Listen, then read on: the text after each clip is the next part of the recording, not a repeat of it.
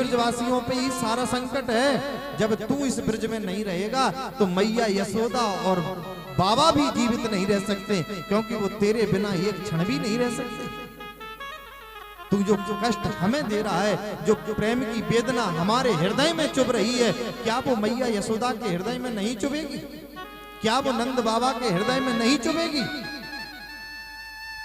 अरे इतना कठोर मत बन गोविंद। अरे कन्हैया तू जहां पर भी है मेरे पास आ जा। इस प्रकार से जैसे ही गोपियों ने महाराज प्रार्थना कर रही हैं, कन्हैया की कथाओं को एक दूसरी गोपियां सुनाती हैं। तब कथा मृदम तप्त जीवनम। कन्हैया एक गोपी वक्ता बन जाती है, सारी गोपी बैठ करके कन्हैया की कथा सुनती हैं, कन्हैया की समस्त लीलाओं का वर्णन करती हैं, उसी में अपना समय गुजार रही है। आंखों से अश्रु की धारा बंद ही नहीं होती है।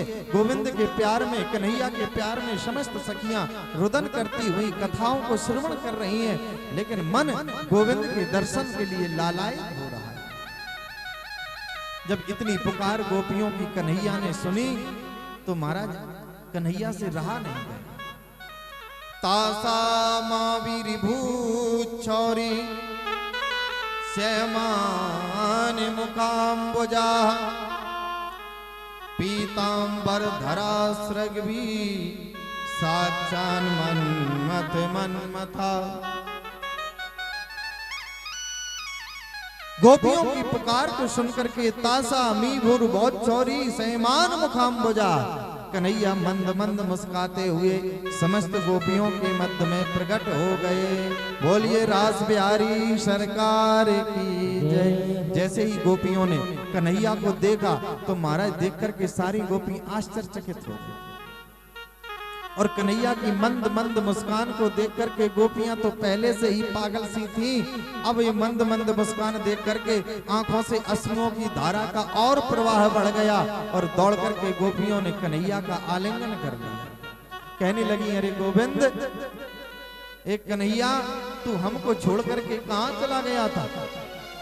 अरे तू तो इतना बड़ा निर्दयी है कि चलो हमें छोड़ करके चला गया, तो हम तो इतनी सारी गोपियां थे, आपस में एक दूसरे से वार्तालाप करके अपना समय निकाल लिया, परंतु इस बेचारी किशोरी राधा का क्या कसूर था जो तू आज इनको अकेला छोड़ करके चला गया?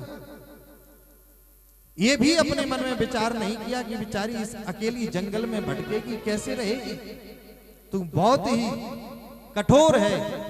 कन्हैया को आज गोपियां डांट करके और प्यार से ऐसा समझा रही हैं कि कन्हैया गोपियों की बातों को सुनकर के कुछ बोल नहीं रहे हैं, चुपचाप खड़े हैं।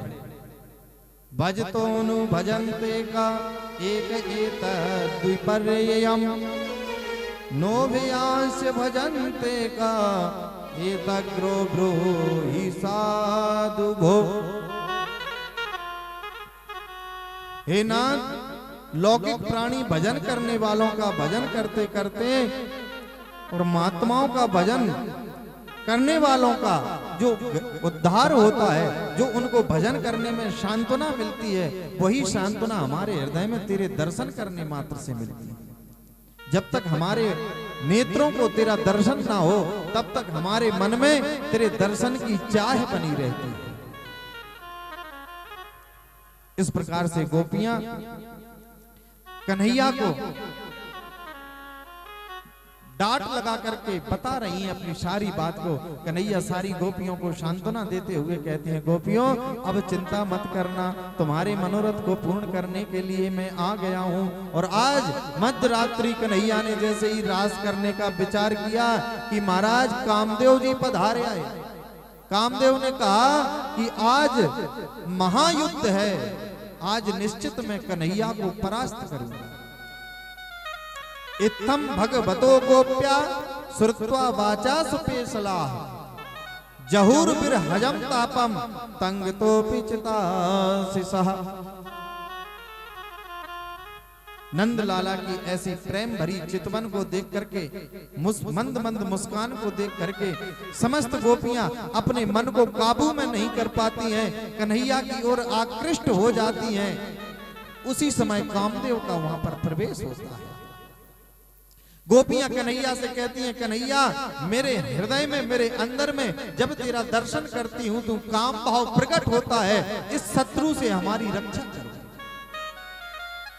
काम रूपी शत्रु हमको तुम्हारे दर्शन नहीं करने दे रहा है, ये हमारे हृदय को बड़ी वेदना पहुंचा रहा है, इसलिए तुम पहले इतने दैत्यों का, इतने राक्षसों का तुमने उद्धार किया है कन्हैया, ये हमारे शत्रु का भी तुम उद्धार कर दो। उसी समय कन्हैया कहते हैं, गोपियों तुम्हें चिंता करने की जरूरत नहीं है, और आज योग माया का आश्रय तो कन्हैया ने ले ही लिया है, और अपना कृपा दृष्टि से कामदेव को भी अपनी रास लीला से दूर कर दिया। महाराज आज कामदेव आने का प्रयास करता है, परंतु भगवान के समीपस्थ नहीं आ पा रहा है। भगवान ने अपनी कृपा से ऐसा बाण चलाया कि महाराज रास लीला से कई दूर जाकर के कामदेव पहुंच गया। कामदेव के मन में भी अभिमान था कि मुझसे आज तक कोई बच नहीं पाया, इसी प्रकार मैं आज कन्हैया के ऊपर भी प्रहार करूंगा, क्योंकि इतनी सारी गोपियों के साथ में कन्हैया महाराज की लीला का अनुसरण करने के लिए जा रहे हैं, इसलिए आज मैं इनसे युद्ध में जरूर जीतूंगा। लेकिन आज कन्हैया ने उसको युद्ध होने से पहले ही हरा दिया। महाराज जैसे ही कामदेव दूर गया कि कन्हैया ने गोपियों के मध्य वो लीला को किया है, जितनी गोपी उतने ही ग्वाल, जितनी गोपियां हैं सब गोपी के मध्य में, हर गोपी के मध्य में एक एक कन्हैया खड़े हो गए। आज सुंदर लीला का दर्शन कीजिए। सुखदेव स्वामी कहते हैं, राजन भगवान पिता रात्रि सरदोत्त फुल मल्लिका भीक्षरंतुम मनश्चक्रे योग माया मुपाश्रिता। योग माया का आश्रय लेकर के आज कन्हैया गोपियों के मध्य प्रकट होकर के और सुंदर रास का आनंद ले रहे हैं। महाराज सभी गोपियां कन्हैया के रास में आनंद ले रही हैं। आइए हम और आप भी कन्हैया के इस महारास की लीला का आनंद लें और गोपियों का दर्शन करें। गोपी क्या कह रही है कन्हैया से ठुमका लगाते हुए, और बड़ा आइए महाराज का अपने हृदय में मानसिक रूप से दर्शन करें। गोपी बड़े भाव से कन्हैया के साथ जो रास कर रही है ना, मन में बड़ी आनंदित हो रही है। बोलिए रास बिहारी सरकार की जय हो।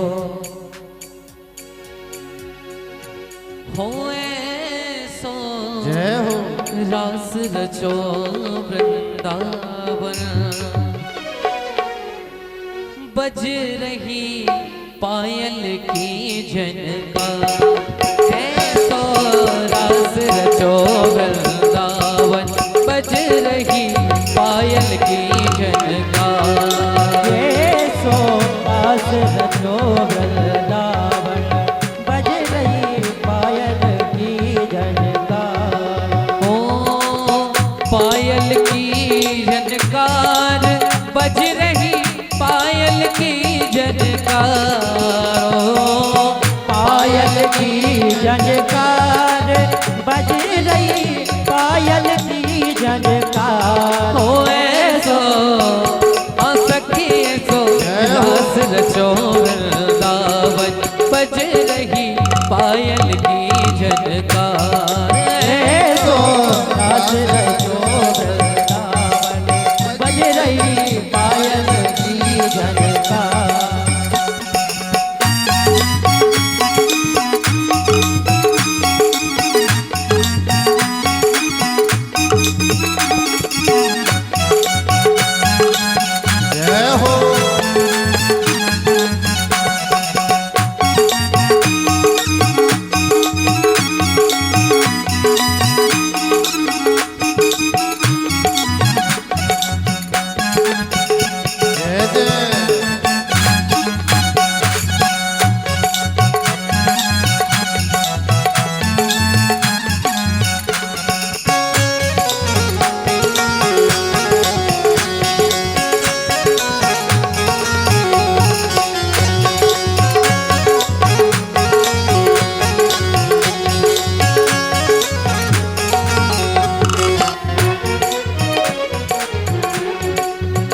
ओ घुघरू खूब छमा छम बाजे, घुंघरू खूब छमा छम बाजे, घुघरू खूब छमा छम बाजे, घुंघरू खूब छमा छम बाजे, बजते बिछुआ बहुते बाजे, बजते बिछुआ बहुते बाजे, रब गोंदनी केहू बाजे, अंग अंग में गहना साजे, चुड़ियन की जनकार होए गो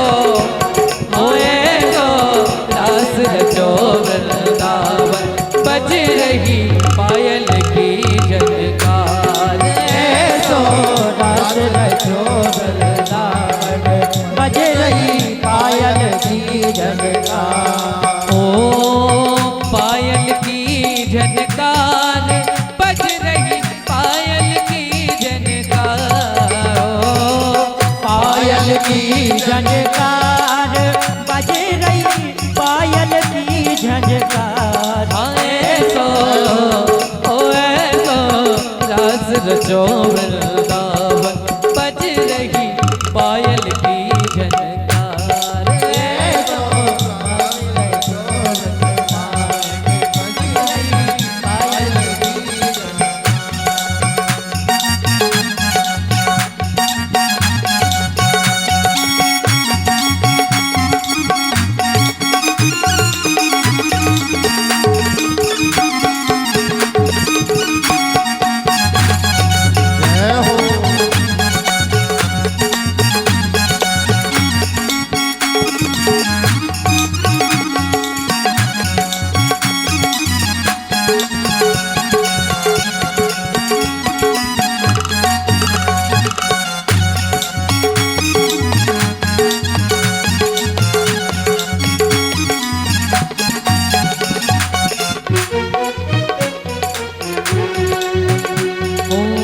बाजे भात भात के बाजे, बाजे भात भात के बाजे, बाजे भात भात के बाजे, बाजे भात भात के बाजे, झांझ पखा बज धुंध भी बाजे, बता बज धुंध भी बाजे, सारंगी और महुअन बाजे, बंसी मधुर मधुर में बाजे, पीड़ा हो के तार होए गो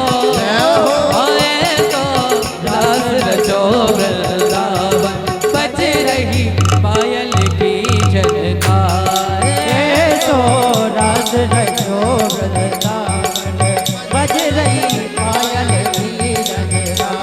होए गो दास रचो वृंदावन, बज रही पायल की झनकार।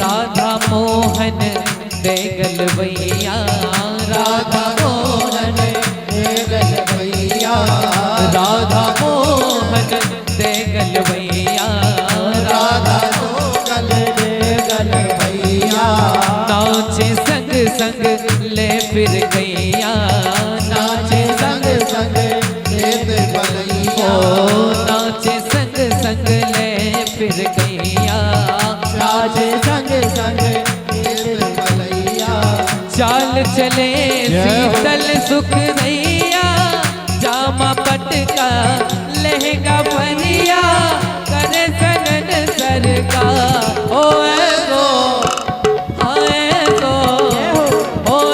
गो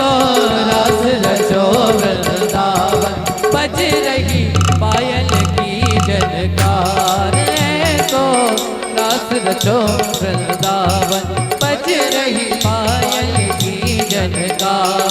ओ पायल की झनकार बज रही पायल की झनकार। ओ पायल की झनकार बज रही पायल की झनकार। ओ ऐसो सखिए सो रास रचो वृंदावन बज रही पायल की झनकार। ऐसो रास रचो वृंदावन बज रही पायल की झनकार। ऐसो रास रचो वृंदावन बज रही पायल की झनकार। ऐसो रास रचो वृंदावन बज रही पायल की झनकार। ऐसो रास रचो वृंदावन बज रही पायल की झनकार। ऐसो रास रचो वृंदावन बज रही पायल की झनकार। बज रही पायल की झनकार। ओ रास रचो वृंदावन बज रही पायल की झनकार। ऐसो रास रचो वृंदावन बज रही पायल की झनकार। बज रही पायल की झनकार। बज रही पायल की झनकार।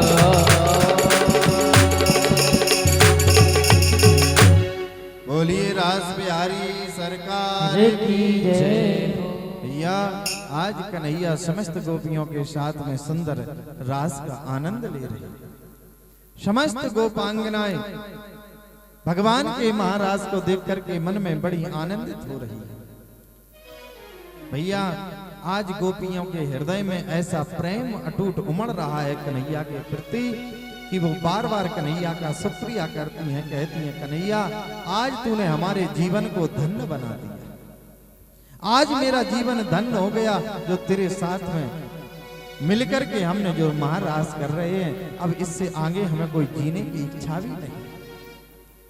महाराज इस रास में सिर्फ व सिर्फ गोपियों को आना है। यहाँ पर कोई देवी देवता नहीं आते, वही सब मूर्तिमान गोपियों का जो भेष है उसी में सब आते हैं। अब भगवान शंकर भगवान के अनन्य भक्त हैं। कन्हैया के दर्शन करने को मन लालायित रहता है तो मैया पार्वती रास की लीला में जाती है। इत्थम भगवतो गोप्या श्रुत्वा वाचा सुपेशला जहुर्बिर्हजं तापम तद्गोपचिताशिषः ग्राम्य समम ग्राम्य दीपक कृतः। आज महाराज मैया पार्वती जैसे ही कैलाश पर्वत पर आती हैं तो भगवान भोलेनाथ को पूरे रास की कहानी बताती हैं। जो जो रास की लीलाएं होती हैं मैया पार्वती भगवान शंकर को बताती हैं, सारी कहानी सुनाती हैं। तो भगवान शंकर का मन भी बड़ा आनंदित होता है और कहते हैं अरे देवी हमें भी तो कभी उस रास के दर्शन कराओ। मैया पार्वती कह रही है कि स्वामी वहां पर पुरुषों का जाना वर्जित है। रास के अंदर रास में कोई पुरुष नहीं जाता, वहां पर सिर्फ गोपियां ही गोपियां जाती हैं। लेकिन भगवान शंकर माता पार्वती की जिद पर अड़ गए। माता पार्वती से कह रहे हैं देवी अब कुछ भी करना पड़े बस तुम हमें रास के दर्शन करा दो। मैया पार्वती कह रही है कि स्वामी मैं दर्शन कैसे करा सकती हूँ आपको? आपको कोई अंदर प्रवेश ही नहीं करने देगा। रास तो बहुत दूर है, कोई दरवाजे में अंदर भी नहीं जाने देगा। भगवान शंकर ने कहा देवी अगर हमें अंदर जाना है तो उसके लिए क्या करना होगा वो हम करने के लिए तैयार हैं, लेकिन हमें रास के दर्शन करवा दीजिए। मैया बोली कि बाबा करना कुछ नहीं है, अगर रास के दर्शन करना है तो गोपी बनना पड़ेगा। कहा देवी हम गोपी बनने के लिए भी तैयार हैं, बस हमें रास बिहारी के दर्शन हो जाएं। मैया पार्वती बोली भैया अरे बाबा तुम्हारी बुद्धि को क्या हो गया? अब हम तुम्हें गोपी कैसे बनाएं? भोलेनाथ कह रहे हैं देवी जैसे आप बनती हो वही श्रृंगार हमारा कर दीजिए, गोपी का श्रृंगार कर दीजिए और हमें साड़ी पहना दीजिए, हम घूंघट डाल करके चले जाएंगे, हमें कोई पहचान नहीं पाएगा। मैया पार्वती ने जब ये बात सुनी तो बड़ी आश्चर्यचकित रह गई। कह रही है धन्य भोलेनाथ, आपको भी गोपी बनने का शौक है। क्यों भैया, ये भगवान रास बिहारी के दर्शन है, इन दर्शन करने के लिए समस्त देवी देवता लालायित रहते हैं। भगवान शंकर आज मैया पार्वती से जिद कर रहे हैं, तो मैया पार्वती ने भी बाबा की जिद को मानते हुए और बाबा का श्रृंगार करना शुरू कर दिया। भैया पहले तो भगवान शंकर को मैया पार्वती ने कहा कि बाबा ऐसे काम नहीं चलेगा, पहले चलना सीखो। गोपियां कैसे चलती हैं, पहले चलन अपनी चाल ढाल बदलिए तब तो जाकर के गोपी बनोगे। अब बाबा बेचारे उठ गए और उठ करके चल दिए। मैया पार्वती कहती है बाबा जी ऐसे काम नहीं चलेगा, जैसे गोपी अपनी कमर हिलाते हुए डगमगाती हुई चलती है वो चाल आपको सीखना पड़ेगी। आज मैया चाल सिखाती हैं, बाबा बेचारे धीरे से उठते हैं, फिर अपनी कमर को झुका करके धीरे से चलते हैं। मैया पार्वती कहती हैं बाबा ये चलना तो आपने बिल्कुल गोपियों की तरह सीख लिया, अब हम आपको साड़ी पहनाते हैं। मैया पार्वती ने जैसे ही साड़ी पहनाई तो महाराज जटाएं इतनी बड़ी बड़ी हैं कि साड़ी संभले ही नहीं, जटाओं पे साड़ी जाती कि सड़क के नीचे आ जाती। मैया पार्वती बड़ी परेशान हुई। फिर जैसे बना मैया ने पिन व्यवस्था की, पिने लगा करके और साड़ी पहना दी और लंबा सा घूंघट डाल दिया जिससे दाढ़ी ना दिखे, नहीं तो सारा भेद खुल जाएगा दरवाजे पर। और आज भोलेनाथ तैयार होकर के जा रहे हैं। आइए दर्शन करते हैं कैसा सुंदर श्रृंगार है भोलेनाथ का।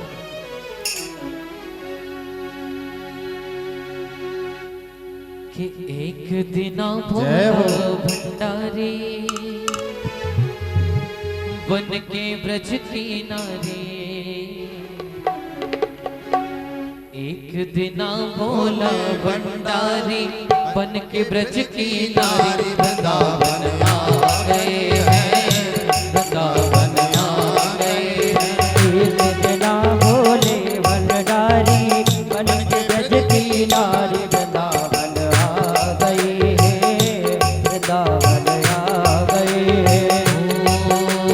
पार्वती जी मना के हारी, पार्वती जी मना के हारी, रामा ने त्रिपुरारी वृंदावन आ गए हैं, वृंदावन आ गए हैं।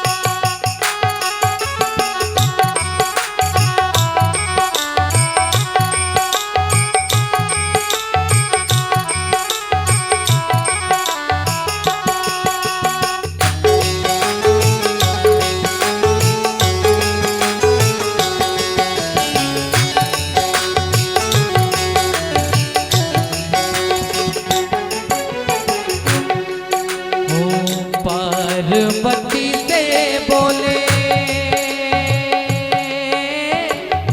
मैं भी चलूंगा तेरे संग में, तेरे संग में। तो पार्वती से बोले मैं भी चलूंगा तेरे संग में, तेरे संग में। राधा संग श्याम नाचे मैं भी नचूंगा तेरे संग में, तेरे संग में। ओ राधा संग श्याम नाचे मैं भी नचूंगा तेरे संग में, तेरे संग में।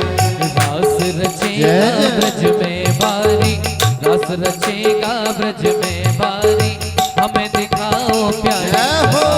आ गए हैं, वृंदावन आ गए हैं। एक दिन भोला भंडारी बन के ब्रज की नारी, वृंदावन आ गए हैं, वृंदावन आ गए हैं।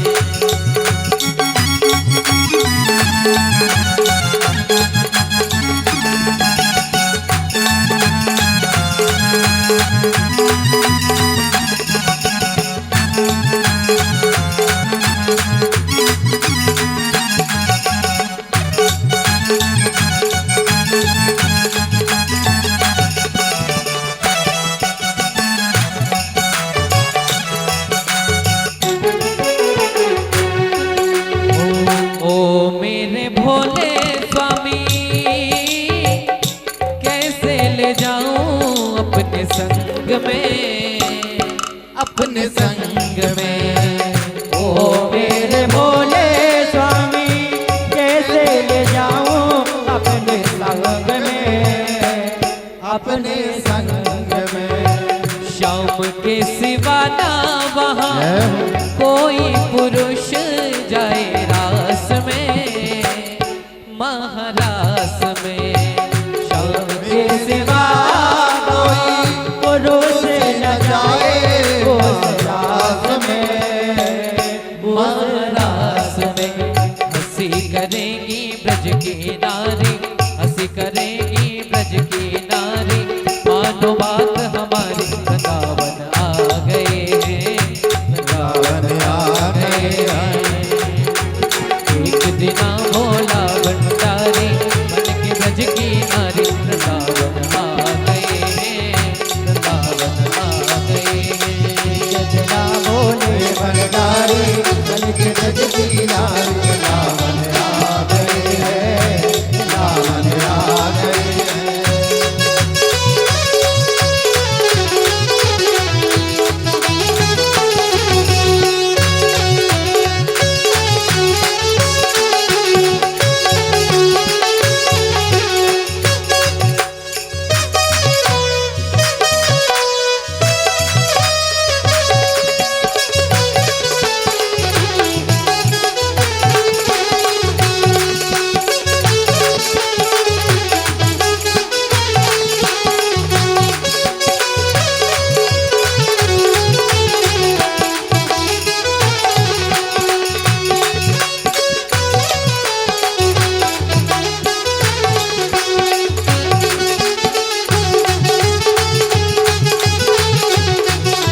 जय हो।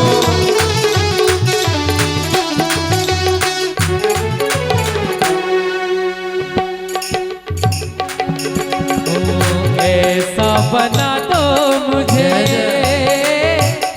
कोई न जाने इस राज को, इस राज को।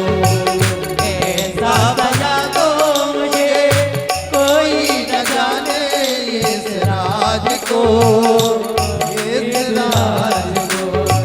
मैं हूँ सहेली तेरी, ऐसा बताना ब्रजराज को, ब्रजराज को। मैं हूँ सहेली तेरी, ऐसा बताना ब्रजराज को, ब्रजराज को। बना के जोड़ा जय। पहन के साड़ी, बना के जोड़ा पहन के साड़ी, चाल चले मतवारी, वृंदावन आ गए हैं, वृंदावन आ गए हैं। एक दिना भोला भंडारी बन के ब्रज की नारी, वृंदावन आ गए हैं, वृंदावन आ गए हैं।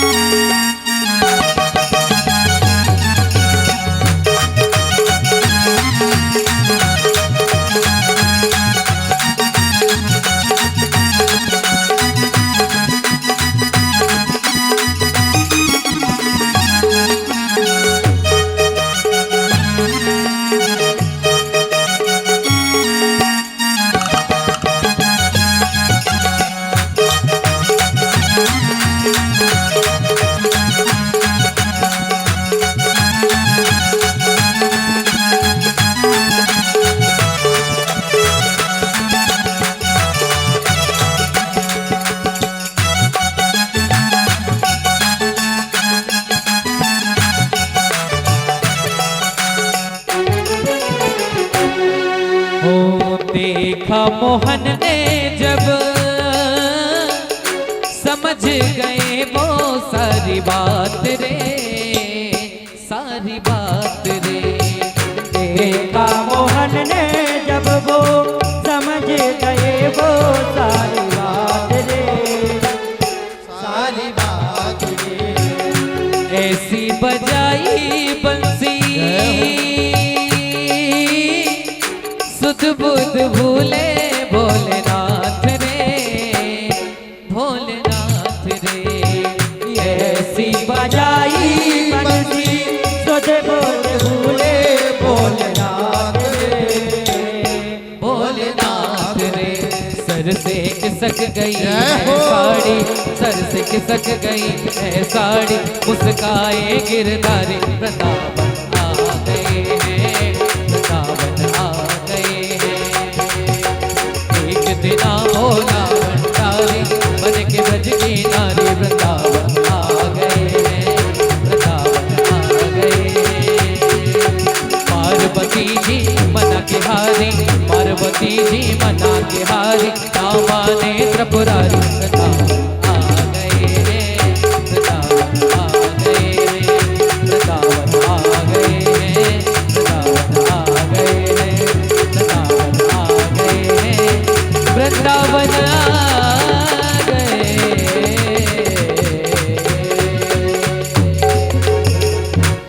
बोलिए शंकर भगवान की जय हो। आज भगवान शंकर मैया पार्वती की एक न बानी और भैया तैयार होकर के बाल को शांत। पीछे हटाओ, पीछे चलो। आज भगवान शंकर की एक भी बात जो कहती है मैया पार्वती मानती है। मैया पार्वती सुंदर श्रृंगार करके जैसे ही वहां पर रास में ले जा करके पहुंची तो वहां दरवाजे पर जो गोपियां खड़ी थी उन्होंने कहा कि देख, मैया पार्वती से पूछा कि अरे देवी, ए सखी, ये जो तुम्हारे साथ में नई नई सखी आई है ये कौन है? तो मैया पार्वती कहती है कि ये हमारे पड़ोस में रहती है, हमारी पड़ोसन है। ये अभी तक नहीं आती थी लेकिन आज इसके मन में ये भाव आया तो आज ये रास का दर्शन करने के लिए आई है। और भगवान शंकर चुपचाप बिल्कुल नीची गर्दन किए हुए मैया पार्वती के साथ में धीरे धीरे कमर लचकाते हुए चल रहे हैं कि कोई समझ न जाए। अगर कोई समझ गया तो हमारा भेद खुल जाएगा, फिर हमें कोई अंदर नहीं जाने देगा। महाराज भगवान शंकर मैया पार्वती के साथ में दरवाजा पार करके जैसे ही महाराज में पहुंचते हैं और महाराज में पहुंचते ही भगवान शंकर समस्त गोपियों के साथ में भगवान कन्हैया के साथ में रास का आनंद लेते हैं। रास प्रारंभ होता है तो भगवान भोलेनाथ को कन्हैया एक नजर में पहचान जाते हैं कि ये कौन गोपी है। फिर भी कन्हैया ने कुछ बोला नहीं और बस रास प्रारंभ किया। रास प्रारंभ हुआ, कन्हैया ने बांसुरी को बजाया और जैसे ही गोपियों ने नाचना प्रारंभ किया तो भगवान शंकर भी महाराज ऐसा ठुमका लगाने लगे, ऐसे जोर से नाचे, इतने जोर से नाचे कि सारी सुध बुध भूल गए कि हम नकली गोपी हैं, ये सब भूल गए। महाराज नाचने में इतने मस्त हो गए कि सर से साड़ी नीचे की ओर सरक गई, सारी जटाएं बिखर गई, सारा श्रृंगार बिखर गया। अब कन्हैया ने जैसे ही देखा कि भोलेनाथ आपने यहाँ पर भी मुझे नहीं छोड़ा, कन्हैया एकदम से शांत हुए। तो महाराज जैसे ही बांसुरी को बजाना बंद किया कि भगवान शंकर भी स्तब्ध खड़े रहे। जैसे देखा कि हमारा घूंघट था, साड़ी नीचे चली गई, जटाएं बिखर गई, सारा श्रृंगार बिखर गया और कन्हैया मुस्कुराते हुए सामने खड़े हैं। सामने भोलेनाथ ने जैसे ही कन्हैया को देखा तो बेचारे शर्मिंदगी महसूस करते हुए भोलेनाथ कन्हैया की ओर ना देखते हुए नीचे गर्दन करके खड़े हो गए। कन्हैया कह रहे हैं, अरे बाबा क्या जरूरत थी तुम्हें यहाँ आने की? भगवान शंकर कहते हैं, कन्हैया बस तेरा मैंने हर तरीके से दर्शन किए हैं, अब तेरा रास का दर्शन मैं कैसे छोड़ देता। अरे मुझे तेरा एक पल पल का मुझे दर्शन होता है और रास के दर्शन से मैं वंचित ऐसा कदापि नहीं होता है। इसलिए तेरा दर्शन करने के लिए मुझे कुछ भी क्यों ना बनना पड़े, इसलिए मैं ये भेष बना करके तेरा दर्शन करने के लिए आया। भगवान ने, कन्हैया ने भगवान शंकर की वो भी मनोकामनाओं को पूर्ण की और समस्त गोपियों के साथ में मिलकर के महाराज सुखदेव स्वामी ने तो 5 अध्यायों में रास पंचाध्यायी का बहुत सुंदर वर्णन किया। कहा समस्त गोपियां क्रोशंत कृष्ण रामेति विलोक्य स्वपरिगृहा। क्रोशंतम क्रोशंतम कृष्णा रामेति। महाराज समस्त गोपियां कृष्ण को अपना प्रियतम समझ रही हैं। हर गोपी के मन में यही भाव होता है कि कन्हैया अत्यधिक मुझे चाहते हैं, मेरे सिवाय और कोई गोपी को कन्हैया इतना प्यार नहीं करते जितना मुझे करते। और कन्हैया हर गोपी के मध्य में खड़े होकर के अपना उस गोपी के समस्त मन के मनोरथों को पूर्ण कर रहे हैं। गोपियां बड़ी प्रसन्न हैं आज भगवान के दर्शन करके, रास में सम्मिलित होकर के समस्त गोपियां भगवान से प्रार्थना कर रही हैं कि प्रभु बस हमारे ब्रज के ऊपर आप इतनी ही कृपा बनाए रखना कि हमारे समस्त ब्रजवासी और हम ब्रज गोपियां कभी आपके विरह से दूर न हो। अब गोपियों का ये हाल है भैया कि कन्हैया से 1 मिनट के लिए भी अलग नहीं रह सकते। कहती है कन्हैया अगर हमसे 1 क्षण के लिए भी दूर जाएगा तो हम अपने प्राणों को त्याग दें। इस प्रकार से गोपी कन्हैया का बहुत बहुत धन्यवाद साधुवाद दे रहे हैं। इधर कन्हैया ने रास के माध्यम से सबके मनोरथों को पूर्ण करते हुए अब आगे की भूमिका की ओर गए। सुखदेव जी महाराज कह रहे हैं राजन अथ तार्य गतो गोष्ठा मरिष्टो वृषभासुरा मही महाके कुतकाया कंपियन खुरछित्तता। जैसे ही गोपियां पुनः ब्रज की ओर आई तो महाराज ब्रज में एक राक्षस और आ गया जिसका नाम था अरिष्टासुर। ये महाराज विकराल सांड के रूप में आया। इतना विकराल सांड जिसके बड़े बड़े नुकीले पहने सींग और जिसका ढिल इतना चौड़ा लंबा उसकी पृष्ठ पर रखा हुआ है और वो सांड डींगता हुआ चिल्लाता हुआ ब्रज की ओर आ रहा है। इतना जबरदस्त सांड है महाराज, जब वो डींग मारता है तो असमय असाधारण महिलाओं के गर्भ गिर जाते हैं। इतनी जोर से रमाता है। महाराज जैसे ही ब्रज की ओर वो बढ़ा तो ब्रज में हाहाकार मचने लगा और सब कन्हैया की ओर भागे के कन्हैया मही महाकुत्का यह काम पियन खुरछित्तवान। महाराज वो अपने सींगों से अपने खुरों से धरती को खोदता हुआ ब्रज के जैसे ही ब्रज में प्रवेश किया ब्रजवासी बेचारे घबरा गए और कन्हैया के पास पहुंचे। बोले कन्हैया अब हमारी रक्षा कीजिए, आपने इतने राक्षसों से हमें बचाया है, इस राक्षस से भी हमारी रक्षा कीजिए। महाराज कन्हैया ने देखा कि ये बहुत विकराल राक्षस है, हमारे ब्रजवासी को किसी को ना सताए। उसके पहले कन्हैया बाहर निकल करके उसके सामने गए और उसके मस्तक पर ऐसा प्रहार किया कि महाराज कई 100 कदम पीछे की ओर खिसक गया। लेकिन इतने पर भी वो दैत्य दोबारा से एकदम से झपट करके कन्हैया की ओर जैसे ही दौड़ा तो कन्हैया ने उसके दोनों सींगों को पकड़ा और पकड़ करके ऐसा घुमाया कि महाराज जैसे चक्र घूमता है ऐसे घुमा करके और जोर से पृथ्वी पर पटक दिया, जिससे उसका हृदय विदीर्ण हो गया और उसके प्राण पखेरु उड़ गए। बोलिए भक्त वत्सल भगवान की। और महाराज अगर थोड़ी भी उसमें गुंजाइश होती तो कन्हैया ने मरे हुए उस दैत्य के सींगों को उखाड़ करके वहीं पर फेंक दिया और समस्त ब्रजवासियों को मुक्त किया। इस प्रकार से कन्हैया अपने ब्रजवासियों की और गोपियों की बड़ी सुंदर तरीके से उनके समस्त मनोरथों को पूर्ण करते हुए ब्रज में गोचारण लीला कर रहे हैं। अब भैया इधर सुनिए कि कंस के पास नारद जी पहुंचे। जैसे ही नारद जी कंस के पास पहुंचे, कंस के पास जाकर के कहने लगे, तमाम तंतम सनिगृह्य श्रृंगयो पदा समाक्रिया निपात्य भूतले निष्पीड्यमास यथाद्र्यंबरम कृत्वा विषाणेन जघान सोपवत्। कंस जैसे ही नारद जी को देखा तो नारद जी का पूजन किया और नारद जी को अपने पास बिठाया। अब नारद जी ने कंस को बहकाया, बोले राजन तुम्हें पता है ये तुम्हारा मित्र वसुदेव, इसने कितनी बड़ी घात की है तुम्हारे साथ। कंस ने कहा महाराज हमें नहीं पता है, आप बताइए।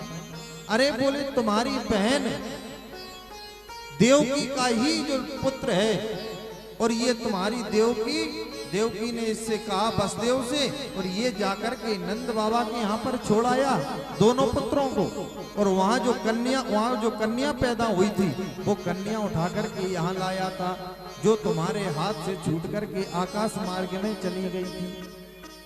कंस ने कहा महाराज अगर ऐसा वसुदेव ने किया है तो उसने बहुत ही भृत्य काम किया है, बहुत गलत किया हमारे साथ में। अब हम वसुदेव को नहीं छोड़ेंगे। तो महाराज उसने वसुदेव को पकड़ करके पुनः जेल खाने में बंद कर दिया। वसुदेव को जेल में बंद कर दिया और उनको अनेक अनेक प्रकार से प्रताड़ना देने लगा। अब उसकी निगाह हो गई कि हमारे दो ही शत्रु हैं, कृष्ण और बलराम, बस यही हमारे काल है। नारद जी ने समझा दिया कि भैया राजन हमारा काम है तुमको बचाना, इसलिए हम तुम्हें सलाह देने के लिए आए। अब जैसे भी हो इन दोनों बालकों को तुम मार दो तो समझो कि तुम्हारा काल फिर कुछ नहीं है, अमर हो जाओगे। अब कंस विचार कर रहा है तो कह रहा है महाराज हम एक काम करते हैं कि किसी राक्षस को भेज करके और वहीं पर मरवाए देते हैं। लेकिन उन्होंने क्या कहा, नारद जी समझा रहे हैं कि भैया कंस अगर तुमने वहां पर मार दिया होता तो इतने सारे तुमने राक्षसों को भेजा है, कोई भी राक्षस तुम्हारा कामयाब नहीं हुआ। इतने सारे दूतों को तुम्हारे राक्षसों को इन्होंने कृष्ण और बलराम ने मार गिराए, तुम क्या कर लिया तुम लोगों ने। महाराज आज नारद जी कंस को बड़े विधि से समझा रहे हैं, कह रहे हैं राजन तुम चिंता मत करो, अरे अपने यहाँ ये कोई कार्यक्रम कर लो। अब आपने प्रयास कर लिया, आपके दैत्य लोग कृष्ण और बलराम को वहां जाकर के नहीं मार पाए, तो उन दोनों लोगों को आप अपने यहाँ पर बुला लीजिए और यहाँ अपने मथुरा में बुला करके यहीं पर मरवा दीजिए। तो ये बात कंस को जम गई कि हाँ ये भी बात सही है। तो महाराज उसने एक आयोजन किया, यज्ञ किया, धनुष यज्ञ, उसमें सभी को निमंत्रण दिया और नारद जी के द्वारा बताए हुए कार्य को कुशलता पूर्वक करने के लिए अक्रूर जी को बुलाया और अक्रूर जी से कहा कि हे अक्रूर भैया एक काम करना है, तुम्हें वृंदावन जाना है और वृंदावन से कृष्ण और बलराम को यहाँ बुला करके लाना है। और सारी बात उसने अक्रूर जी को बता दी। कहा वो धनुष यज्ञ का मेला देखने के लिए आएंगे और यहीं पर हम दोनों बालकों को मार देंगे, जिससे हम भय मुक्त हो जाएंगे। अब अक्रूर जी मन में विचार कर रहे हैं कि ये राजा के दिमाग को क्या हो गया। इधर नारद जी कंस को समझा के गए और भगवान कृष्ण के पास पहुंच गए। अब भगवान कृष्ण से नारद जी कह रहे हैं कि प्रभु बस मैंने अपना काम कर दिया, बस मैं आपसे एक ही उम्मीद करता हूँ। कहा क्या, कि ये दुष्ट जितने जल्दी हो सके इस दुष्ट का संहार आप कर दीजिए। भगवान मन में सोच रहे हैं, नारद जी उधर आप बोल करके आए हो कि आप इन दोनों बालकों को मार दीजिए और हमारे पास आकर के कह रहे हो कि इस दुष्ट कंस को मार दीजिए। तो बेचारे रह गए। नारद जी ने कहा, नहीं प्रभु, हमारी लीला तो ऐसी है कि जब तक उसको नहीं कहेंगे, उसको नहीं परिचय बताएंगे तो वो इस मार्ग पर आएगा ही नहीं। इसीलिए बस निवेदन एक ही है कि उस दैत्य का संहार कीजिए जितनी जल्दी हो सके। कन्हैया ने कहा ठीक है। और आज अक्रूर जी रथ में बैठ करके मथुरा से वृंदावन की तरफ चल पड़े कृष्ण और बलराम को लेने के लिए। अक्रूर जी महाराज जा रहे हैं, प्रातः काल रथ से निकले और वृंदावन शाम को पहुंचे। सुखदेव जी महाराज से पूछा कि भैया महाराज ये बताओ, क्या इतनी दूर है मथुरा से वृंदावन कि पूरा दिन लग गया? तो कहा नहीं भैया, दूरी तो ज्यादा नहीं है, परंतु अक्रूर जी को पहुंचने में इसलिए विलंब हो गया कि अक्रूर जी जैसे ही थोड़ा रथ लेकर के आगे की ओर बढ़ते हैं कि कन्हैया की लीलाओं को, कन्हैया के दर्शन को अपने हृदय में उतार करके उनके चिंतन करने बैठ जाते हैं। दोनों भैयाओं का मन में चिंतन करते हैं, समाधि लग जाती है। और जैसे ही समाधि खुलती है तो फिर थोड़ा सा रथ चलता है। जैसे ही रथ थोड़ा चला तो फिर से अक्रूर जी की समाधि लग गई। ऐसे भगवान का चिंतन करते हुए अक्रूर जी शाम को वृंदावन पहुंचे। और महाराज जैसे ही वृंदावन में पहुंचे तो मन में विचार कर रहे हैं कि यहाँ पर हमें कृष्ण और बलराम मिलेंगे। अब ये दोनों भैया हमको काका काका कह करके पुकारेंगे, उस समय हमें कितने सुख की अनुभूति होगी, इसका कोई पारावार नहीं है। अक्रूर जी आज जैसे ही वृंदावन में प्रवेश किया कि उसी समय दोनों भैया गैया चरा करके लौट रहे थे। और महाराज अक्रूर जी ने कन्हैया और बलराम को देखा, दोनों भाइयों ने मिलकर के अक्रूर जी को देखा। तो अक्रूर जी का मन में जैसा भाव था कि दोनों बालक हमें देख करके दौड़ पड़ेंगे, तो आज अक्रूर जी को जैसे ही दोनों भाइयों ने देखा कृष्ण और बलराम ने, तो महाराज दौड़ पड़े कि काका जी हमारे बहुत दूर से आए हैं। दोनों भैया दौड़ करके और अक्रूर जी से लिपट गए। जैसे एक छोटा सा बालक कोई अपने परिचित का मिल जाता है, उसके लिपट जाते हैं, उससे दुलार करने लगते हैं। ऐसे ही आज कन्हैया और बलराम अक्रूर जी को देख करके उनके पैरों से लिपट गए। अक्रूर जी ने मन ही मन कन्हैया को और बलराम को प्रणाम किया। दोनों भैया अक्रूर जी को घर पे लेकर के आए। नंद बाबा के पास जैसे ही आए, नंद बाबा को प्रणाम किया और सारा कुशल समाचार पूछा। नंद रानी जी भी ने महल में बैठी हुई है, नंद बाबा बैठे हुए हैं, वहीं पर अक्रूर जी को कन्हैया जल पिला रहे हैं, प्रसाद पवा रहे हैं, अक्रूर जी का स्वागत कर रहे हैं। भैया अक्रूर जी मन ही मन बड़े प्रसन्न हो रहे हैं।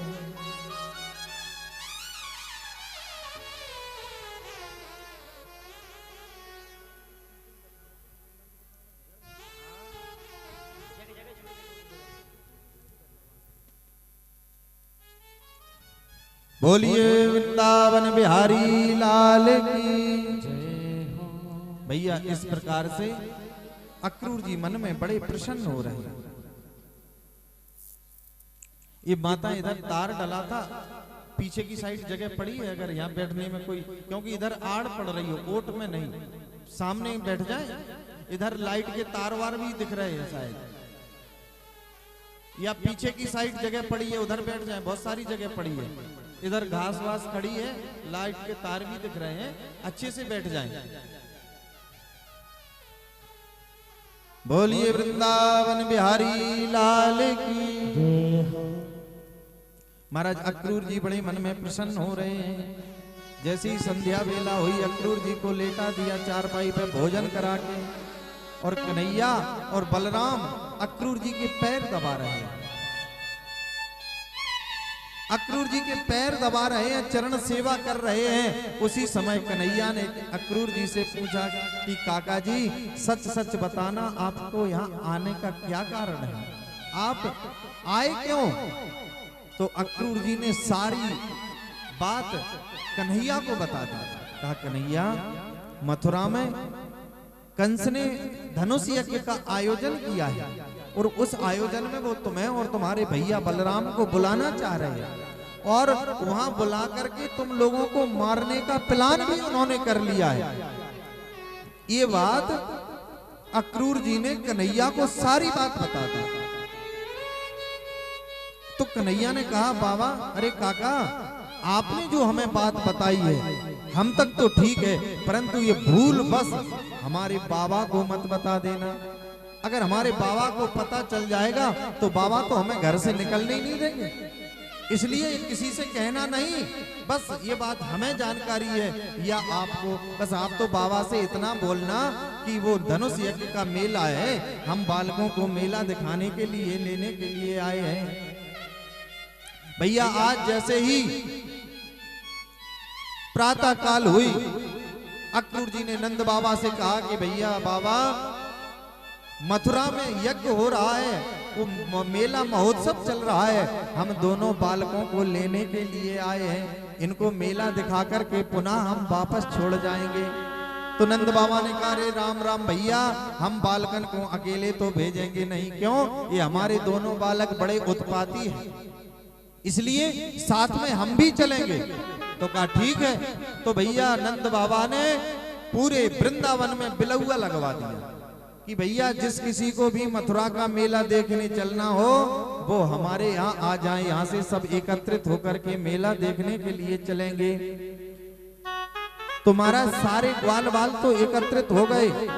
मैया यशोदा को जब पता चला कि कन्हैया मथुरा जा रहा है तो मैया की तो हृदय की धड़कन बढ़ गई। महाराज चिंतित होने लगी कि कन्हैया हमसे दूर जा रहा है। और ब्रज की जितनी गोपियां थी सभी गोपियां हृदय में बड़ी दुखी हो रही हैं, कन्हैया के प्रति अपने मन को भाव को मन में विचार करके कह रही है, कन्हैया हम तेरे बिना एक क्षण नहीं रह पाते। अब तू 2 दिन के लिए मथुरा का मेला देखने के लिए जा रहा है तो हम उस समय जीवित कैसे रहेंगी। सारी गोपियों ने जैसे ही सुना कि कन्हैया जा रहा है, सारी गोपियां नंदरानी के भवन में एकत्रित हो गई। इधर मैया यशोदा रुदन कर रही हैं, आंखों से अश्रु की धारा बह रही है। कन्हैया समझा रहे हैं कि मैया इसमें रोने की क्या बात है, मैं आज मेला देखने के लिए जा रहा हूं, परसों में मेला देख करके पुनः वापस आ जाऊंगा। लेकिन मैया यशोदा कह रही है कि कन्हैया हम तेरे बिना एक क्षण नहीं रुक सकते, तू तो परसों की बात कर रहा है। इतना प्यार मैया यशोदा अपने कन्हैया से करते हैं। यहाँ पर सभी संसारी माता पिता बैठे हुए हैं। ये बात थोड़ा विचार करने की है, अपने हृदय में विचार करके देखिए कि भैया आज हम संसारियों के बीच में इतना मोह है, इतना प्रेम है कि आज हमारा बालक कहीं दूर पढ़ने के लिए जाता है तो उस बालक की माँ से पूछिए, महाराज दिन भर भोजन नहीं करती है, अपने बालक को दूर जाते हुए देखती है, चिंतित रहती है, बार बार बालक का समाचार लेती है कि आज बेटा हमारा कहाँ पहुंच गया, वहां पहुंच करके इसने खाना खाया या नहीं खाया। बालक कहीं पर भी रहे, माँ चिंतित घर में रहती है। ये जब हम आप संसारियों का ये हाल है तो मैया यशोदा के सामने से तो साक्षात परमात्मा जा रहे हैं। मैया की आंखों में अश्रु की धारा बह रही है, कह रही है कन्हैया तू मुझसे तो कह रहा है कि परसों आ जाऊंगा, परंतु मुझे विश्वास नहीं हो रहा है। पता नहीं क्यों मेरे मन में धीर नहीं बन रही है, मेरा मन विश्वास नहीं कर पा रहा है कि तुम मुझे परसों मिल जाएगा। मैया बहुत दुखी हो रही है, कन्हैया उन्हें बार बार समझाने का प्रयास कर रहे हैं। सारी गोपियां एकत्रित रुदन कर रही हैं मैया यशोदा के समक्ष बैठ करके। भैया गोपियां रो रही हैं, मैया यशोदा रो रही हैं, और कन्हैया जिन गैयों को चराने के लिए जाते थे वो सारी गैयों को जब पता चला कि कन्हैया हमको छोड़ करके जा रहा है तो सारी गैया भी आज आंखों से अश्रु की धार बह रही है, रो रही है, कह रही है कन्हैया अब तू मुझे आज छोड़ करके जा रहा है, कल हमें जंगल में चराने के लिए कौन जाएगा, हमें हरी हरी घास कौन चराएगा, इन राक्षसों से हमारी रक्षा कौन करेगा।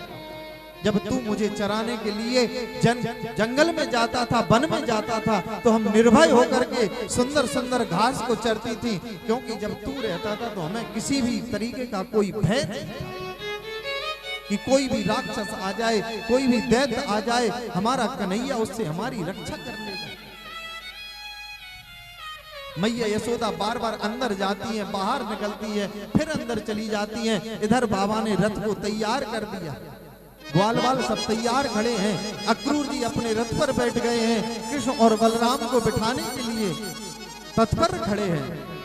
महाराज जैसे ही मैया को पता चला कि अब ये कन्हैया रुकेगा नहीं, जा रहा, तो अपने हाथ में एक कटोरा लिया, उस कटोरे में माखन मिश्री को रख करके मैया गई, दौड़ करके कन्हैया के सामने खड़ी हो गई। कन्हैया रथ में बैठने वाले थे, बोली कन्हैया अगर तू लौट करके भी ना आए, वहां पहुंचेगा तो तू क्या खाएगा? तुझे सुबह सुबह ताजा ताजा माखन खाने की आदत है, तू सुबह जैसे ही उठता है तो तू ताजा माखन मांगता है, तो वहां तुझे ये माखन कौन खिलाएगा? एक कटोरे में माखन और मिश्री है, तू लेकर के जा, तुझे भूख लगेगी तो ये माखन खा ले। भैया यशोदा बड़ी दुखी होकर के आज कन्हैया को विदा कर रही है। सारी गोपियां अपने हृदय को, अपने प्राणों को शरीर में कैसे रोके हुए हैं, बड़े दुखित मन से आज गोविंद को, आज दोनों भैयाओं को ब्रिज से विदा दे रहे हैं। सारे लोग बड़े आनंद के साथ में, ग्वाल बाल तो कन्हैया के साथ जा रहे हैं, लेकिन गोपियां बेचारी जो नहीं जा रही हैं, वो रुदन करते हुए क्या कह रही हैं कि मैया मोहे जय हो याद ना करे,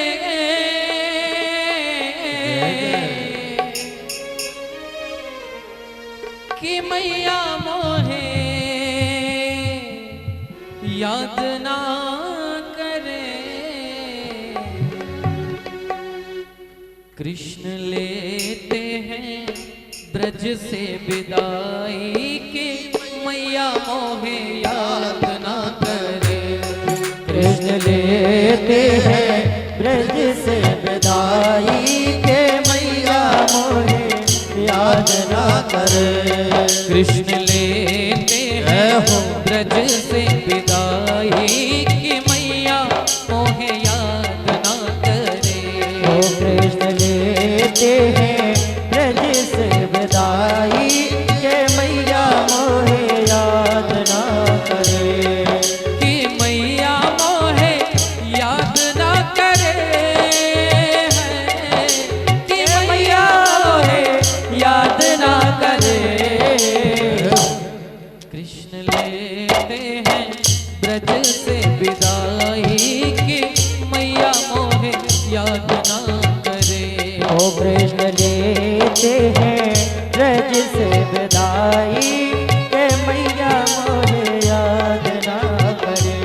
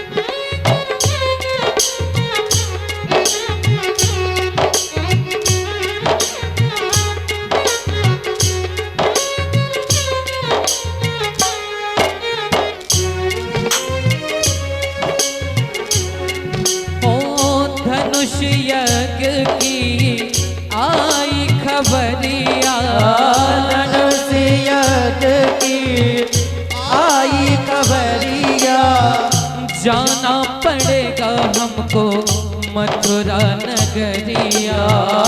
जाना पड़ेगा हमको मथुरा नगरिया। जाना पड़ेगा हमको मथुरा नगरिया।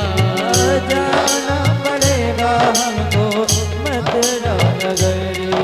ये दिल कैसे सहेगा विदाई की मैया मोहे याद ना करे। ये दिल कैसे सहेगा विदाई के मैया मोहे याद ना करे। कि मैया मोहे याद ना करे है।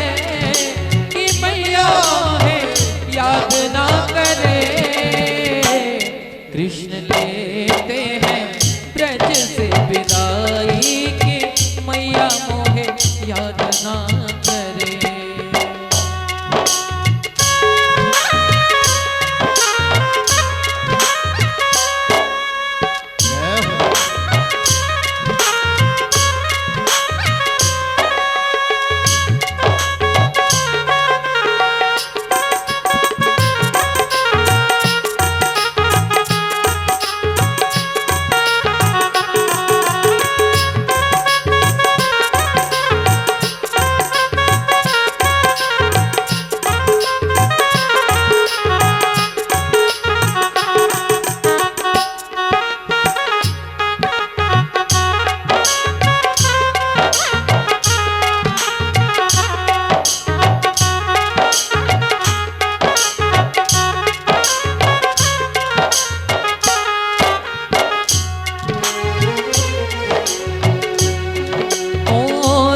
को पकड़ के राधा रोए।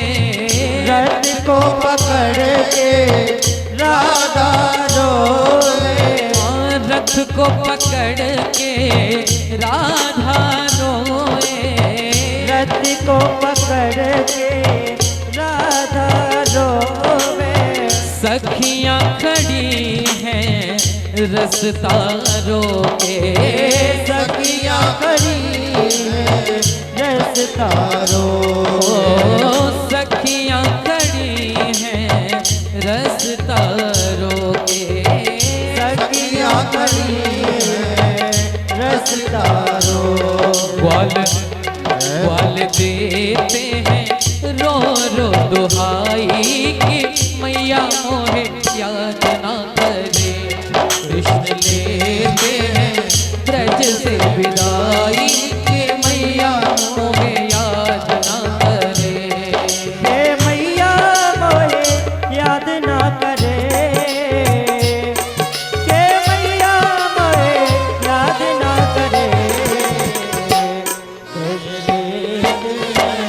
ब्रज से विदाई के मैया मोहे याद ना करे।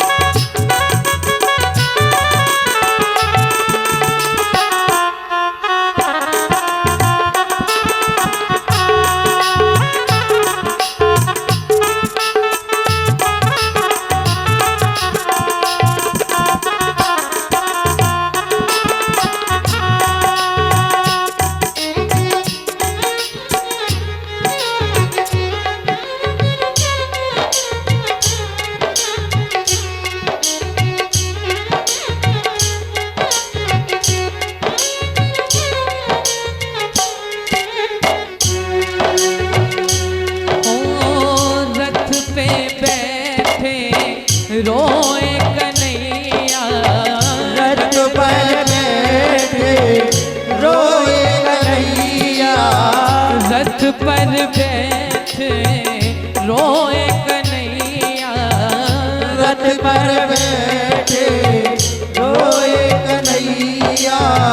हाय मेरे बाबा, हाय मेरी मैया, मेरे बाबा, हाय मेरी मैया, हाय मेरे बाबा, हाय मेरी मैया।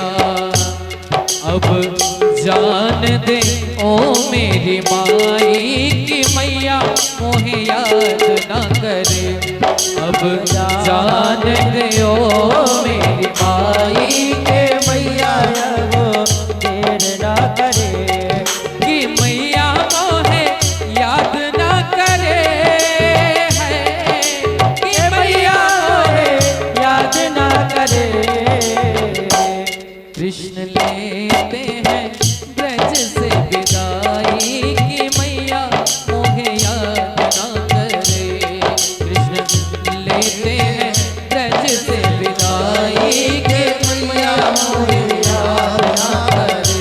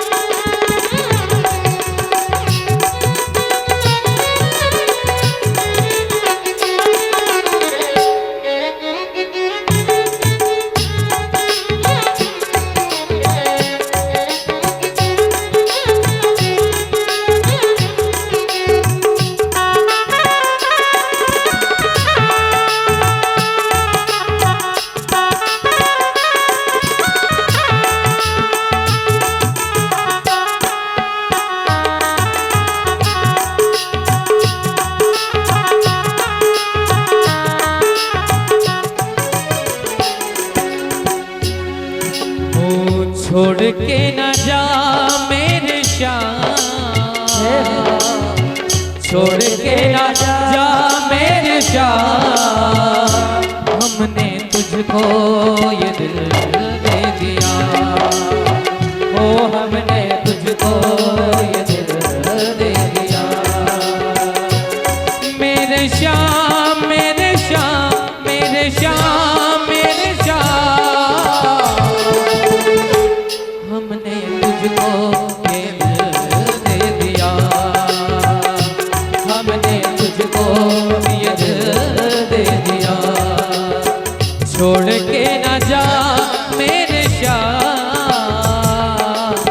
छोड़ के न जा मेरे श्याम। हमने तुझको ये दिल दे दिया,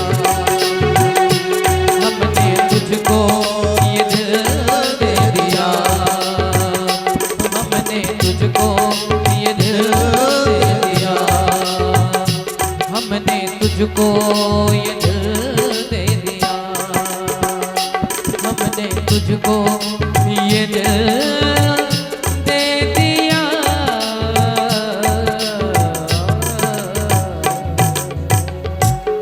बोलिए ब्रजराज भगवान की। समस्त गोपियां मैया यशोदा कन्हैया और बलराम की याद में रुदन कर रही हैं। कन्हैया सबको सांत्वना दे रहे हैं।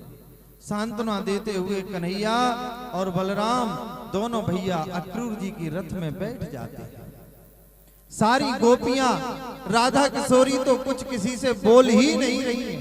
उनके तो आंखों से अश्रु की धारा बह रही है और मन में विचार कर रही है कि कन्हैया, जब तुझे हमसे दूर ही जाना था तो हमसे इतनी प्रीति क्यों लगाई?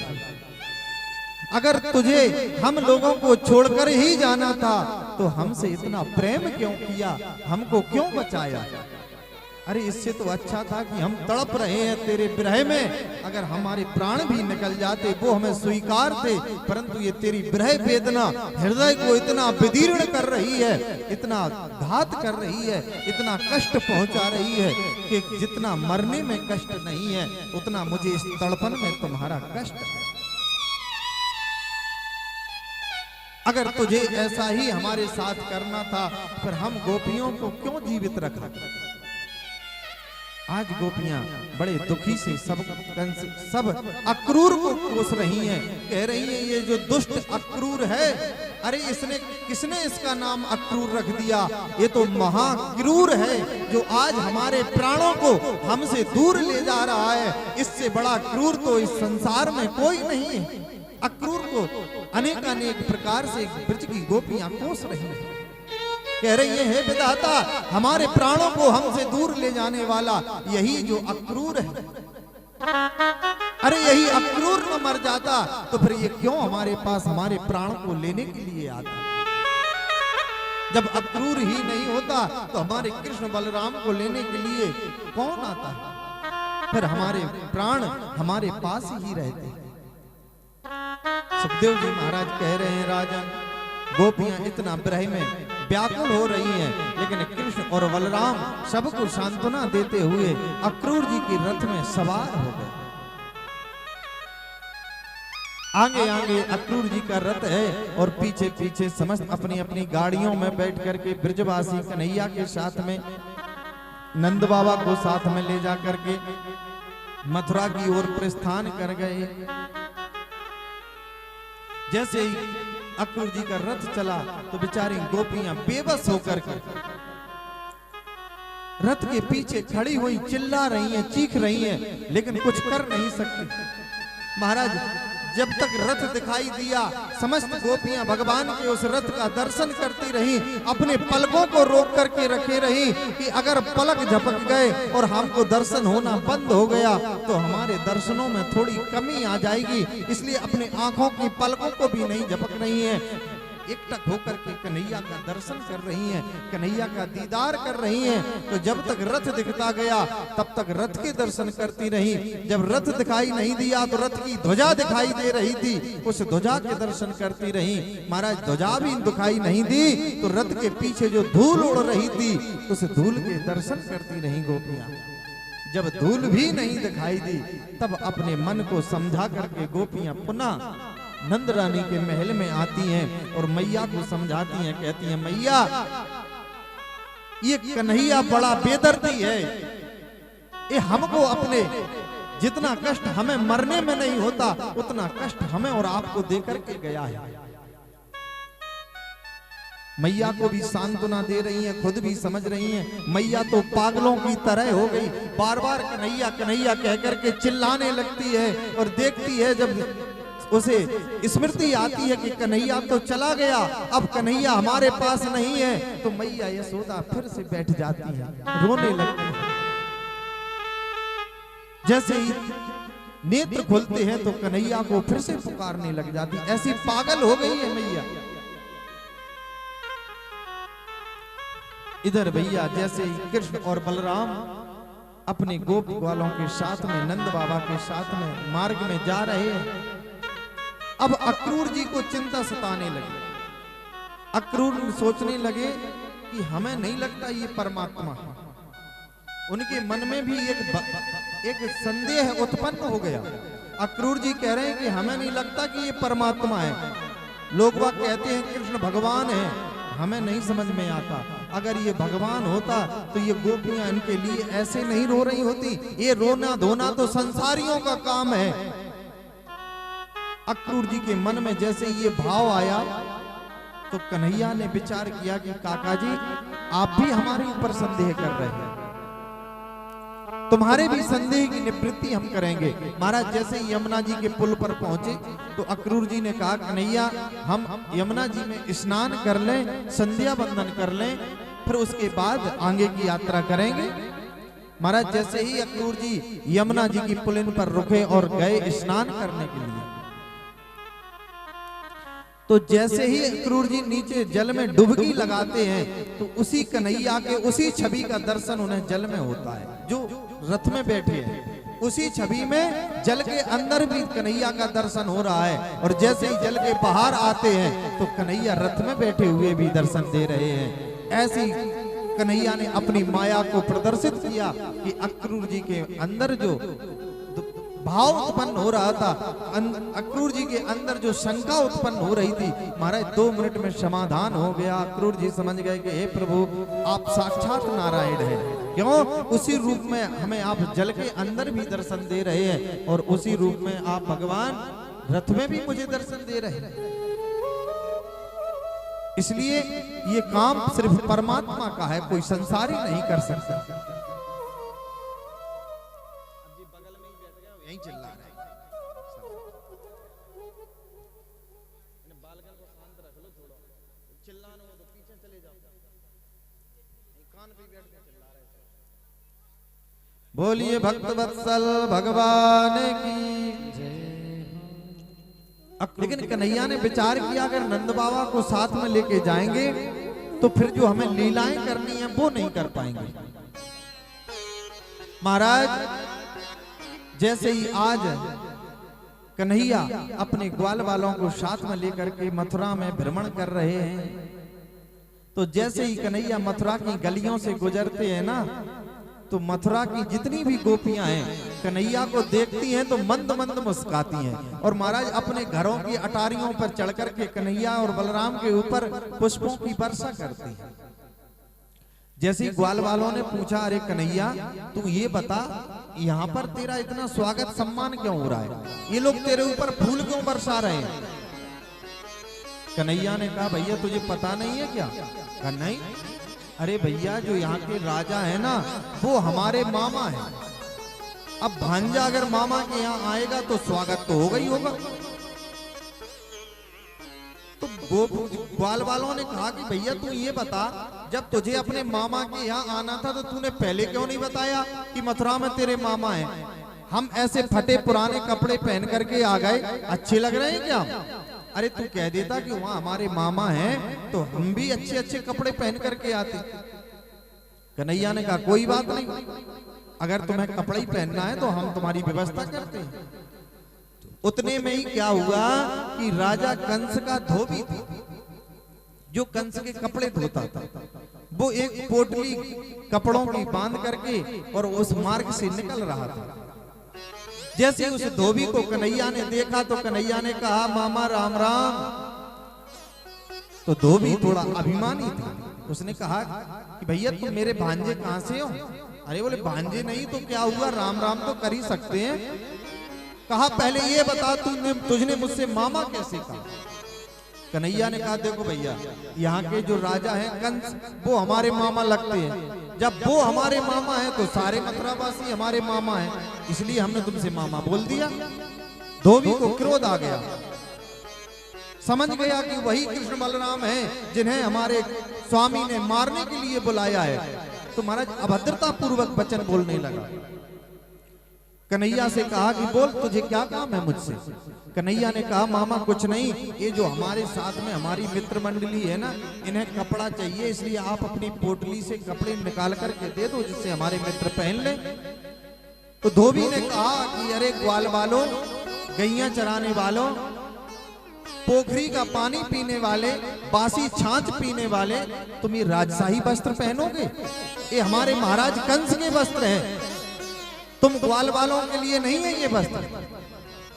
अब कन्हैया ने सोचा कि मामा जी ऐसे नहीं दे रहे। उसी समय कन्हैया ने महाराज मुकुंद स्पर्शनाथ सद्यो बभूव प्रमोत्तम, कन्हैया ने ये ऐसा हाथ मारा कि उस धोबी का सर धड़ से अलग।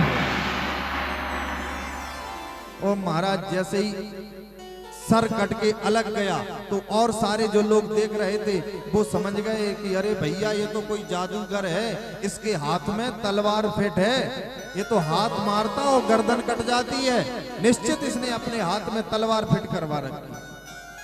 कंस का धोबी मरा। कन्हैया ने अपने हाथ से पोटली खोली और कह दी ग्वाल वालों से भैया छांट लो सब अपने अपनी पसंद के कपड़े। सारे ग्वाल वालों ने मिलकर के महाराज अपनी अपनी पसंद के कपड़े पहन लिए। अब कपड़े तो पहन लिए, ग्वाल वाल बेचारे छोटे छोटे और कपड़े हैं वो कंस के। अब पहने तो वो बहुत बड़े हुए कपड़े, महाराज रोड पर कचरने लगे।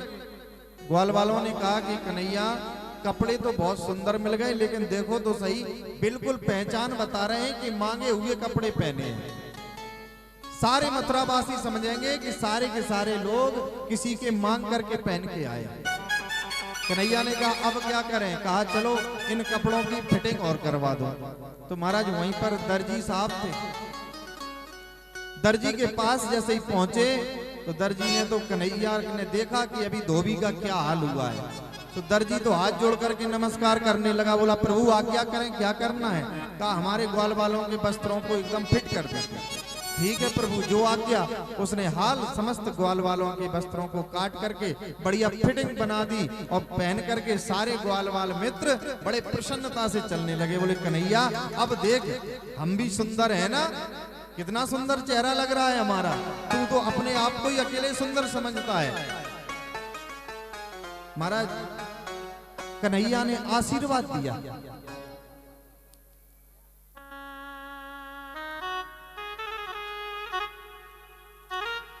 महाराज कन्हैया ने उस दर्जी को आशीर्वाद दिया। कहा जाओ भैया, तुमने हमारे एक बार कहने पर काम किया, भले ही डर के मारे किया हो, लेकिन किया तो हमारे कहने पर ही है।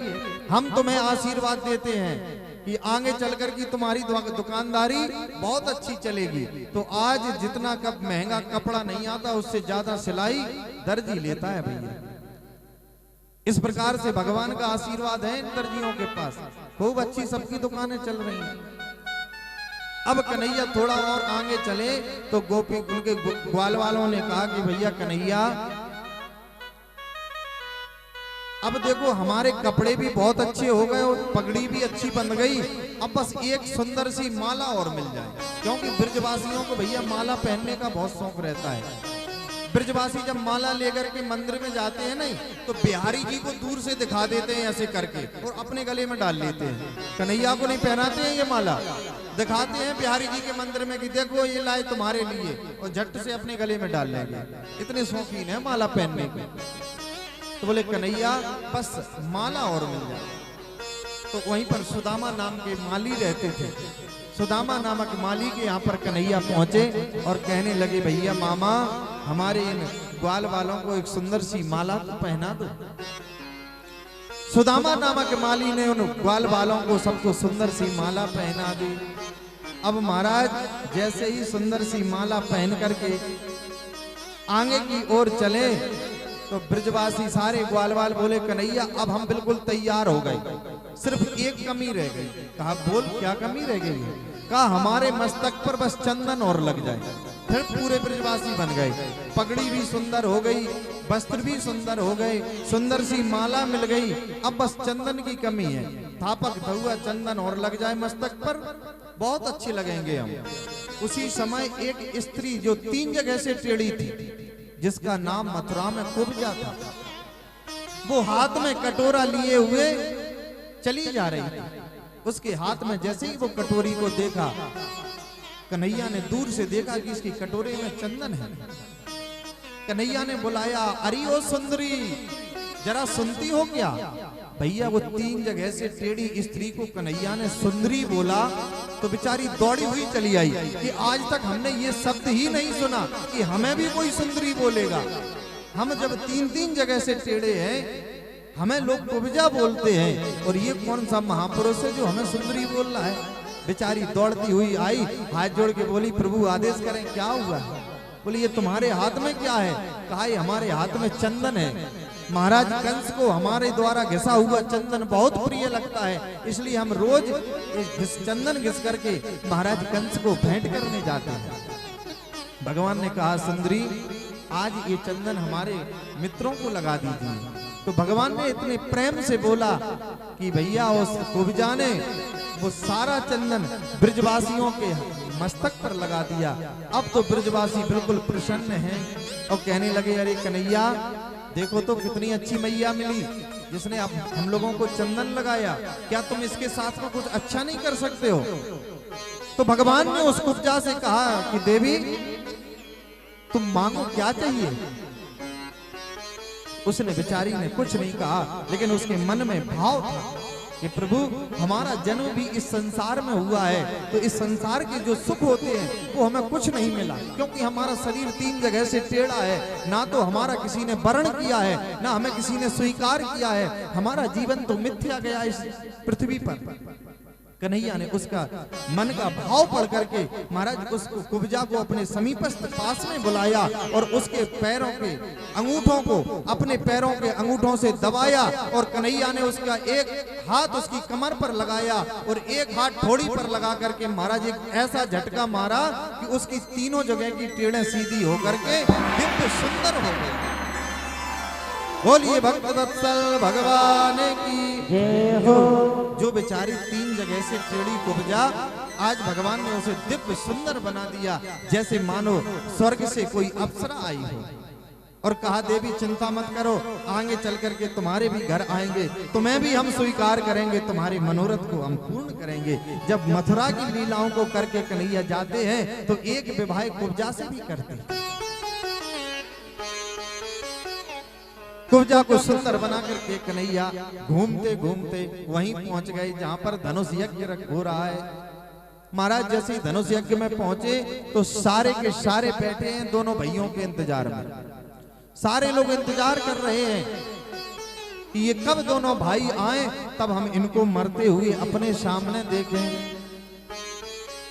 महाराज यज्ञशाला में बड़े बड़े पहलवान खड़े हैं, योद्धा खड़े हैं, लेकिन कन्हैया निर्भीक होकर के, बिल्कुल किसी से कोई भय नहीं है। दोनों भैया दौड़ करके गए तो वहां पर इंद्र जैसा विशाल, इंद्र धनुष जैसा विशाल एक काय धनुष रखा था, और दौड़ करके कन्हैया ने किसी से नहीं पूछा, गए और जाकर के सीधा वो धनुष बाएं हाथ से उठाया और उसको 2 भागों में विभक्त कर दिया। महाराज जैसे ही इन दोनों हाथों से उस धनुष का खंडन कन्हैया ने किया तो सारी दिशाओं में हाहाकार मचने लगा। महाराज आकाश में बादल गड़गड़ाने लगे कि ये कोई साधारण बालक नहीं है जो इस धनुष का खंडन कर सकते थे।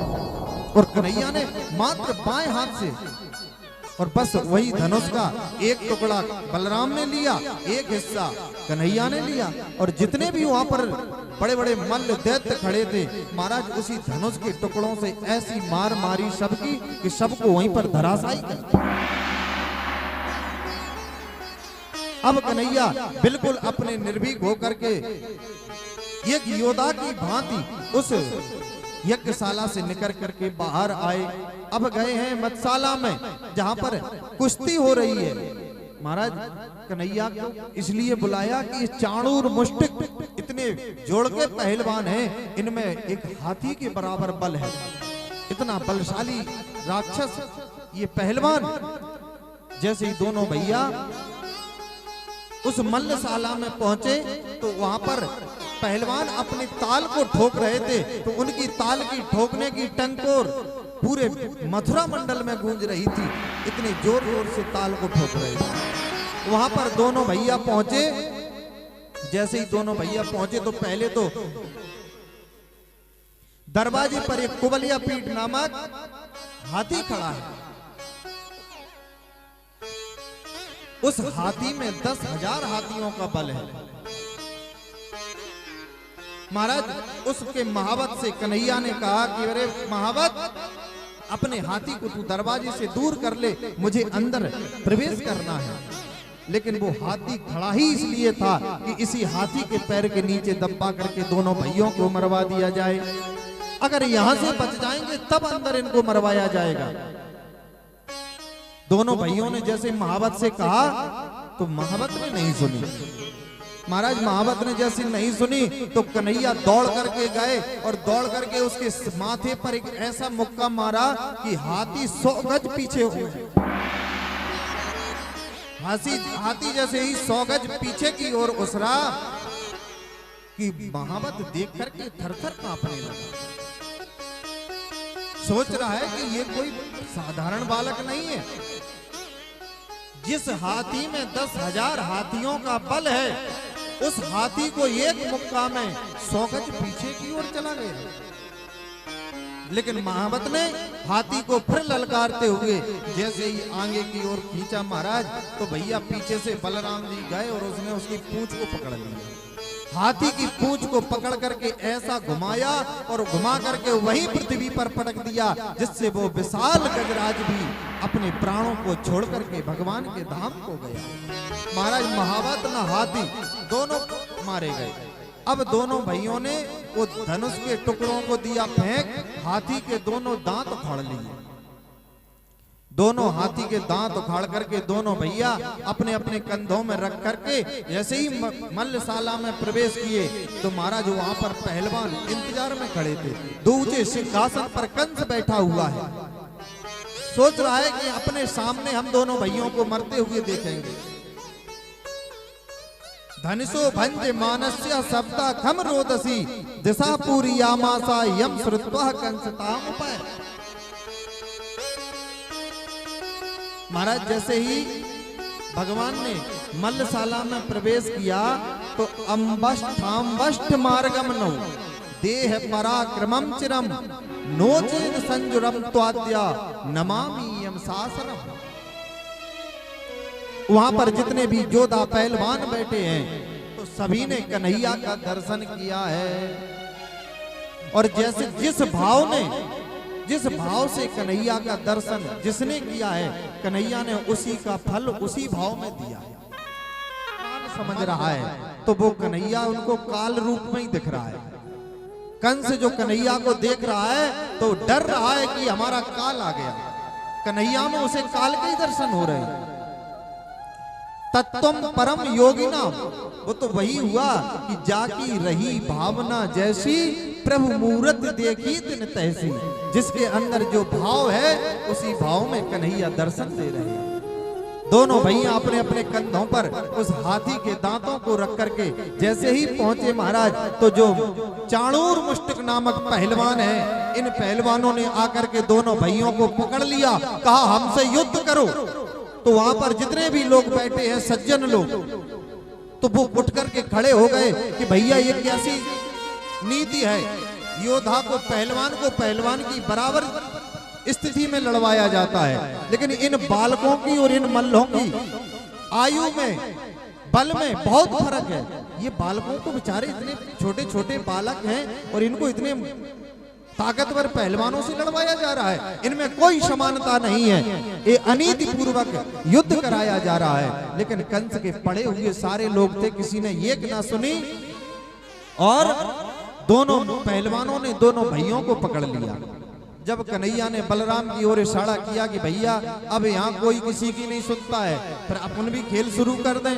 दोनों भैयाओं ने अपने कंधे से जैसे ही हाथी का दांत निकाला महाराज और पीटना शुरू किया, तो जैसे ही एक दांत का प्रहार उन पहलवानों में होता, तो उन पहलवानों को ये लगता है कि हमारे शरीर में शक्तिहीनता आ गई है, हमारे शरीर में बल नहीं बचा। और महाराज उसी दांत से पीट करके कन्हैया और बलराम दोनों पहलवानों को वहीं पर मृत्यु प्राप्त करा देते हैं, उनके प्राणों को हर लेते हैं और उनको अपने भगवत धाम की प्राप्ति करवाते हैं। जितने भी पहलवान आते गए, कन्हैया और बलराम दोनों भैया उनको मारते हुए आगे की ओर बढ़ते गए। और पहलवान को मरते हुए देखता ऊपर बैठा कंस अब थर-थर कांप रहा है, पागलों की तरह हो गया है। अब वो सोच रहा है कि हम किसी भी प्रकार से बचने वाले नहीं है।